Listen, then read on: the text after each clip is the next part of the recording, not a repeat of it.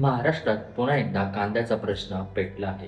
नाशिकपासून पुणे, नागपूर, सोलापूर, अमरावतीपर्यंत विरोधकांनी आंदोलनं सुरू केली आहेत आणि कुठे गाढवा फिरून आंदोलन झालं, तर कुठे नागरिकांना मेलडी वाटण्यात आली, तर कुठे बाजार समित्यांसमोर सरकारविरोधात घोषणाबाजी करण्यात आली. पण सगळ्यात जास्त चर्चा झाली ती चांदवडमध्ये झालेल्या आंदोलनाची. कारण इथे महाविकास आघाडीतील तिन्ही पक्ष आणि डाव्या संघटनेचे नेते एकत्र आले आणि थेट रस्त्यावरती उतरले. चांदवडमध्ये ठाकरे गटाचे अंबादास दानवे, काँग्रेसचे प्रदेशाध्यक्ष हर्षवर्धन सपकाळ आणि शरद पवार गटाचे रोहित पवार व शशिकांत शिंदे त्यांच्या नेतृत्वाखाली आंदोलन करण्यात आलं. आंदोलनाच्या केंद्रस्थानी होता कांद्याला हमीभाव मिळावा हा मुद्दा. शेतकऱ्यांनी मुंबई आग्रा महामार्ग रोखत जोरदार रस्ता रोको केला. हायवेवर वाहतूक ठप्प झाली आणि पोलिसांचा मोठा बंदोबस्त तैनात करण्यात आला. काही भाषणांमध्ये नेत्यांना कांदे फेका असं आवाहनही करण्यात आलं. मात्र शेतकऱ्यांनी मागे हटण्यास नकार दिला आणि त्यानंतर पोलिसांनी रोहित पवार, हर्षवर्धन सपकाळ आणि शशिकांत शिंदे यांना ताब्यात घेतलं. मागच्या आठवड्यापासून राज्यभर कांद्याच्या दराचा प्रश्न तापलेला आहे.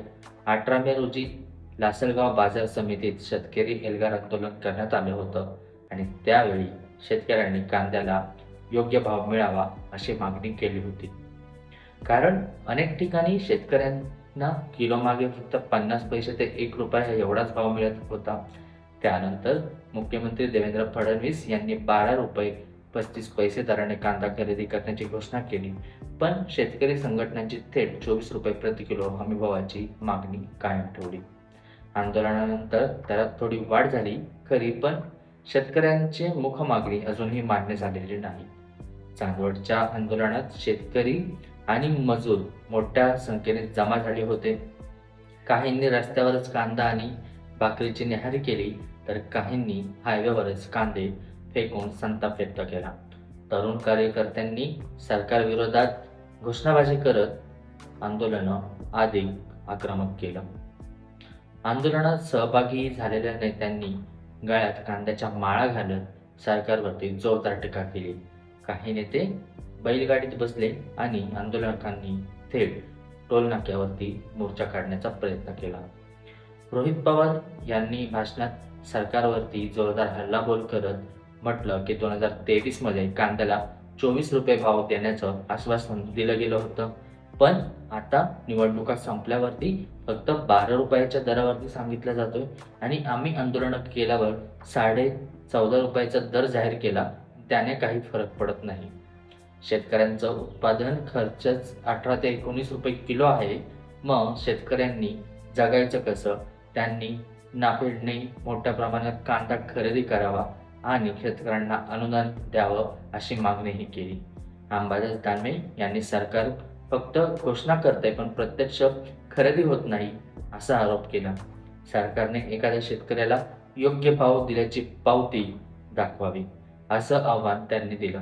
तर हर्षवर्धन सपकाळ यांनी थेट पंतप्रधान नरेंद्र मोदींवरती टीका करत सत्ता बदलल्याशिवाय शेतकऱ्यांना न्याय मिळणार नाही असं वक्तव्य केलं. शशिकांत शिंदे यांनी हा लढा फक्त नाशिकपुरताच मर्यादित राहणार नसून संपूर्ण महाराष्ट्रभर नेण्याची घोषणा केली. भाषणानंतर आंदोलक टोल नाक्याकडे निघाले तेव्हा पोलिसांना त्यांना रोखण्याचा प्रयत्न केला.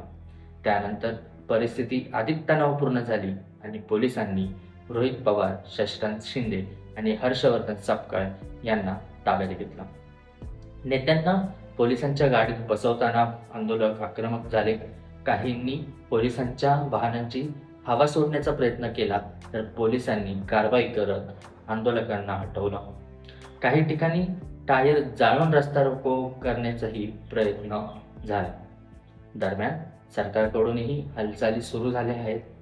मुख्यमंत्री देवेंद्र फडणवीस, कृषी मंत्री आणि इतर नेत्यांचे शिष्टमंडळ दिल्लीमध्ये व केंद्रीय मंत्र्यांची भेट घेणार असल्याचं सांगितलं जाते. दुसरीकडे महाविकास आघाडीने मुंबईत मोठी बैठक घेऊन मंत्रालयावरती लॉंग मार्च काढण्याचा इशारा दिला आहे. त्यामुळे येत्या काही दिवसातच कांद्याचा प्रश्न आणखी तापण्याची शक्यता जास्त आहे. आता सरकार शेतकऱ्यांची 24 रुपये हमीभावाची मागणी मान्य करणार का आणि या आंदोलनाचं पुढे काय रूप घेणार याकडे संपूर्ण महाराष्ट्राचं लक्ष लागलेलं आहे.